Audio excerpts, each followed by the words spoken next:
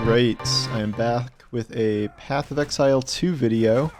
This is based on a number of upcoming changes that will be coming to the game sometime this week. The developers got back from break and they're like, yeah, we did most of the stuff in essentially the week since we came back, which is a very long list of updates. I guess they were just really good at doing them.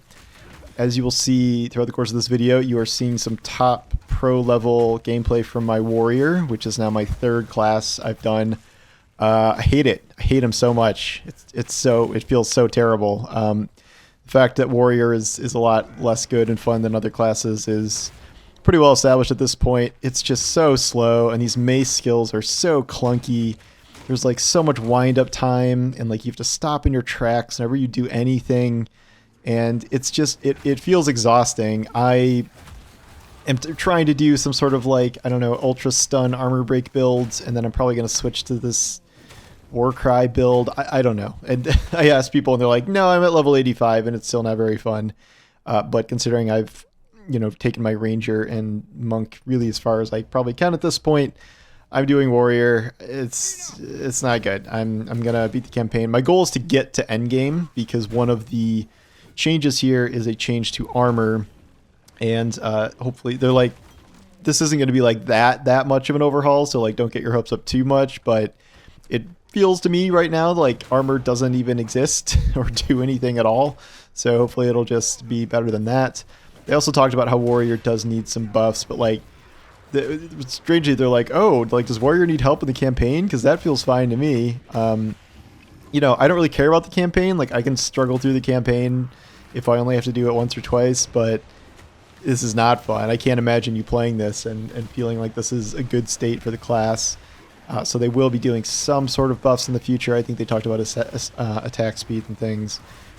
That may be in a future balance patch. I'm not sure what's going to make it to this patch, but it is on their radar.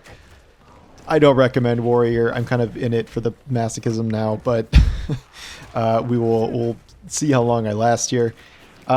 In terms of the actual changes they're making, there are a lot. Most of them are to the endgame and endgame mapping. Really, really good stuff here. So I'll kind of go through the list. One is that you can zoom out of the map more, which is good considering how giant these maps become over time. So it can be hard to navigate them and really slow. Speaking of slow, they will no longer have like a mini loading screen whenever you try to open up the map. Not great.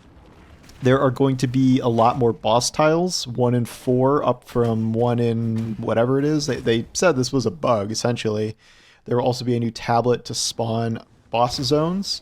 In pretty much all maps, they're saying that they're redoing mob density and making them more rewarding in terms of drops. That said, they did not announce any specific changes to magic finds right now. They're like, well, this is kind of how it works in PoE, but the problem is like everyone's just stacking magic find because that is the point of the game, is to get the rarest items in the game, and if you can do that while still having a super strong build, like why would you do anything else? So we'll see what happens there in the future, but that is not being directly addressed here. In terms of other things on the map, there will be less clutter, so things like blooming field where there's like a trillion flowers all over the ground, you can't see enemies or effects and all this stuff, they're reducing that. They are also increasing the visibility of enemy kind of floor effects or like volatile plant orbs, so you can see them better and they're not like overlapping everything else. The most important change I think they're making here is that once you kill an enemy, their floor effect will go away. So all those like something explodes on the ground right after you kill something and you die and you lose all the loot and the map and whatever, that apparently is not going to happen anymore, is what I'm taking away from this, which is very good, and I'm very excited to see that aspect specifically. Some things they're not changing. They really, really are married to the idea of one death, one map. The exception with this is some of the pinnacle bosses where they're giving you 6 chances on the Arbiter of Ash right now as opposed to 1.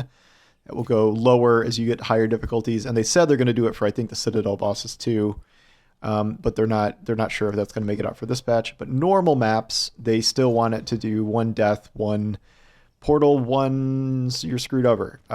They did talk about the penalties for this are probably too high right now because it's a combination of losing all the modifiers, losing your waystone, at higher levels losing your XP, and it sucks. It's like a really awful experience to lose all of that stuff with often what is like one kind of misstep and death. So this does not appear to be getting changed in this patch in terms of like lessening punishments, but who knows, maybe they came up with something over the course of this week.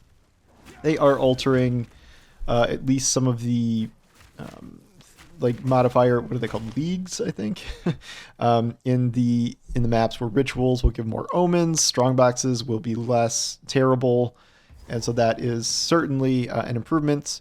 Oh, and on the map more generally, they're putting citadels both like closer, I think, and then they're also marking them in the fog with a big pillar of light, which will make them way easier to find. I wrote an article about how much this game is like delighted to waste your time, and I think citadel finding was like the chief example of that, where you can just explore for 50 hours and not even find one citadel just based on the randomness of it. But it appears that will no longer be happening, so that's good.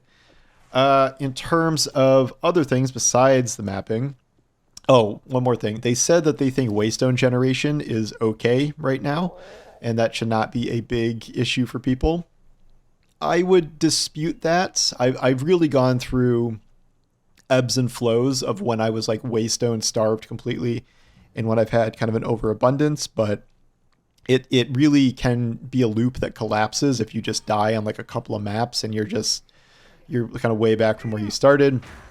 And you kind of need a really, really maxed out Atlas tree to maximize your map sustain in the kind of early mid levels, which you won't have. So no, I do not think waystone generation is in the best place in some instances. I do get how eventually you can kind of become overloaded with them, which is where I'm approaching now, but no immediate changes there. In terms of itemization, they are overhauling a large amount of uniques that they're saying are now going to be better for leveling. Maybe this is like a Path of Exile thing.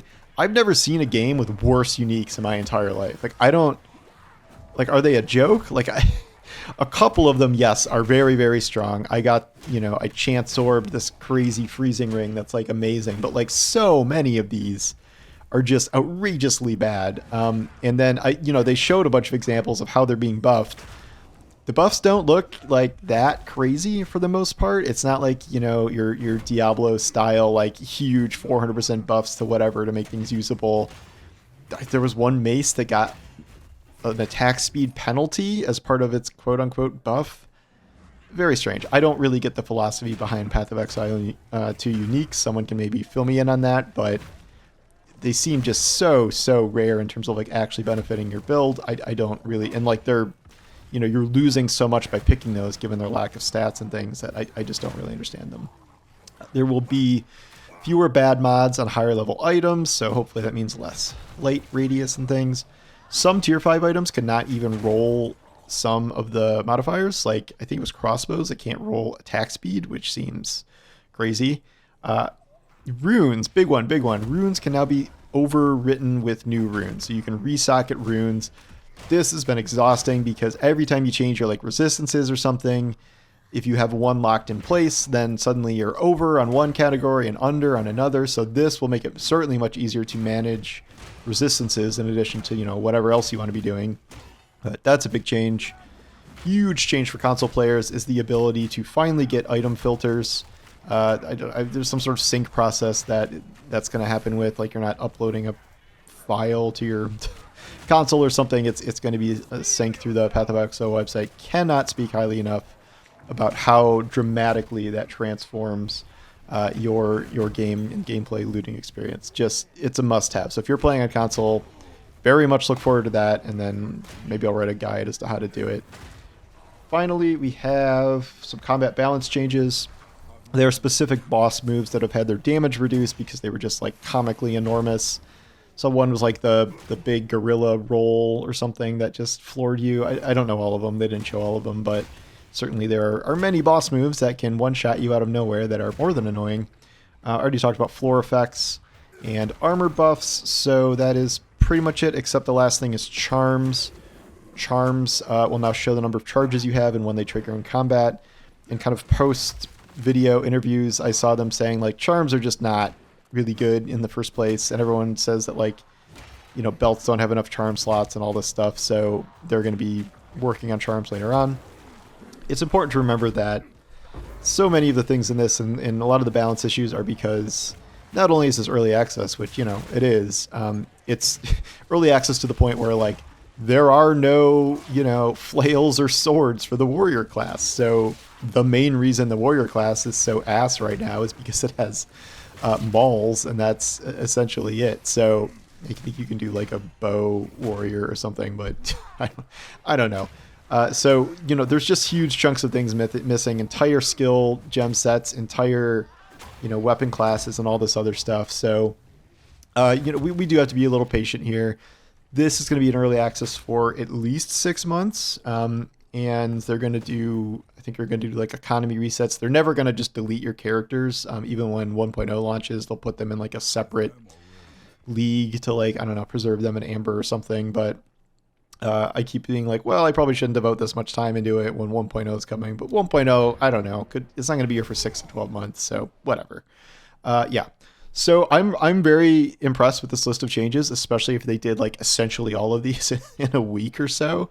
That gives me hope that they can do some really, really big changes and additions once they have more time. I am currently hoping for some warrior buffs, because that is what I am currently playing. I don't think this current patch is going to have any nerfs in it, despite all the like super overpowered stuff that exists right now, including me and Elon's Invoker Monk. We'll see what happens there. I've heard the nerf hammer swings pretty hard in this, which, again, it's early access, so you're going to give them some leeway on what they're raising up and smacking down and things. And yeah, I don't know, over the course of all this time, depending on what gets nerfed and buffed, if I'm being honest with myself, I will probably make one of every class at some point here, where I really kind of wait for big patches to dive into a new class. I'm doing this with Warrior, where I'm at least beating the campaign, because like even if it's a slog with Warrior, I can still do it. And then once I get to the end game, maybe there'll be Warrior buffs. There's going to be end game buffs, so it'll be a little better. But we don't know when this patch is coming. It's anytime in the next couple of days here. So I'm excited. I'm going to still keep playing this for the indefinite future. This is kind of my main game as of now. I have also dipped back pretty heavily into Marvel Rivals, which probably more than I was even playing at launch. I will do a separate video on that a different time in my extremely amateur play. I did just go 41-1 on Star-Lord, which I was bragging about on Twitter. So that is probably the best game I've ever had, and I did record it. I'm so happy. Okay. Anyway, I'll do a Rivals video, I don't know, tomorrow or the next day or something. But thank you for watching, and I'll talk to you soon. Take care.